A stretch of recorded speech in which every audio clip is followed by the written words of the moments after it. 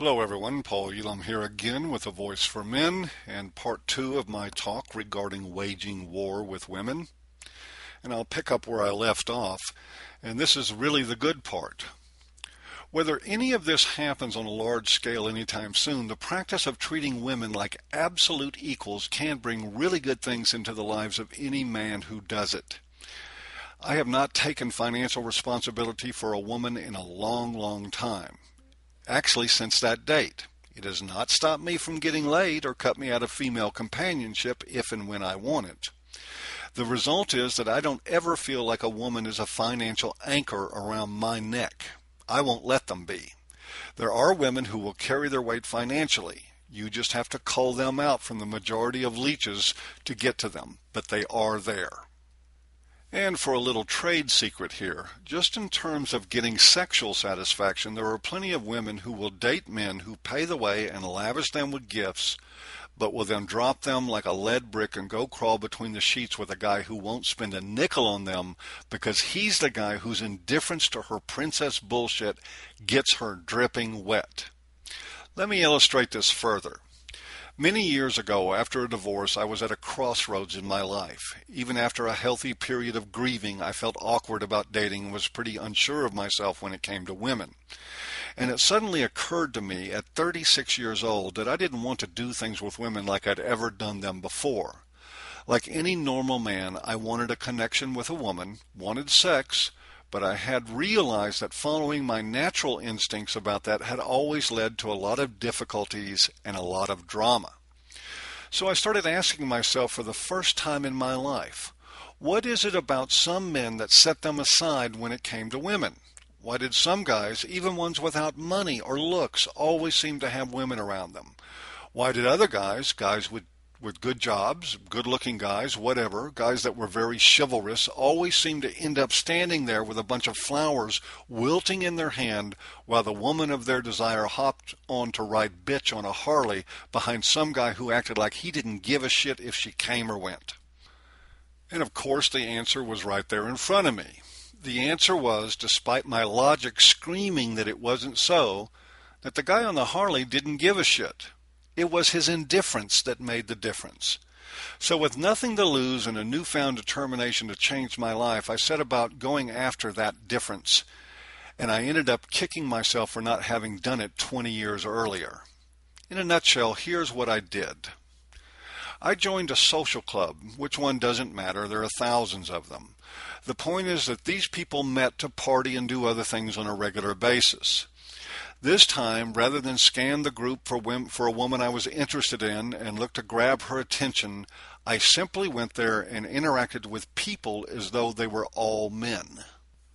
Yes, you heard that right. I treated the women more or less the same way I treated men. I showed no sexual interest in them at all, even the slightest bit.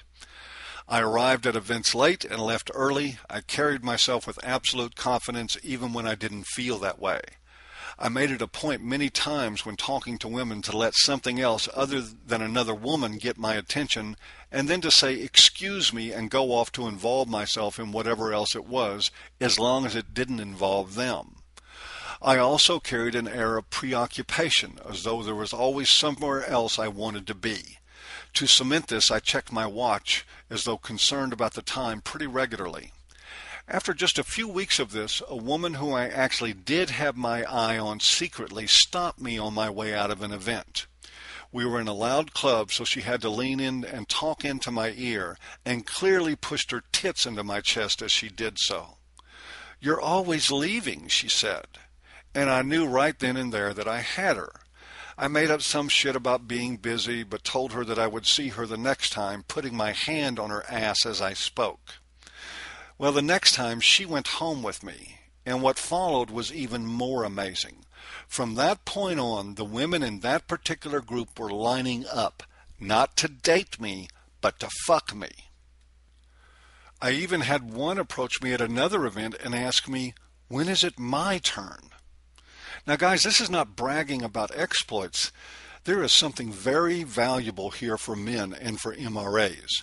By simply removing myself from seeking women's attention, I got it.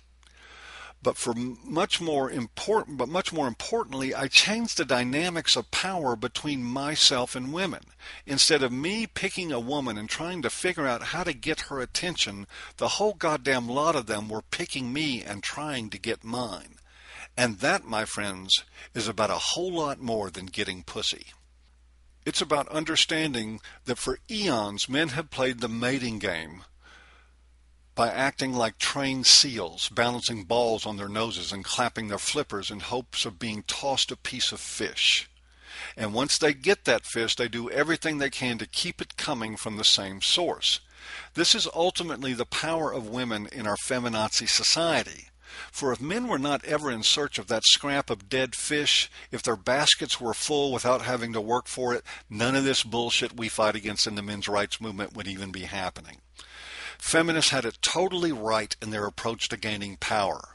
All politics are personal.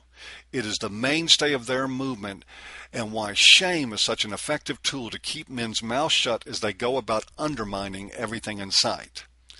On the front page of my website, it says in bold letters, "Suppose they had a gender war and men showed up." Well, truth be told, there is no more powerful way for men to show up than in reversing the power flow that goes to women and directing it toward men.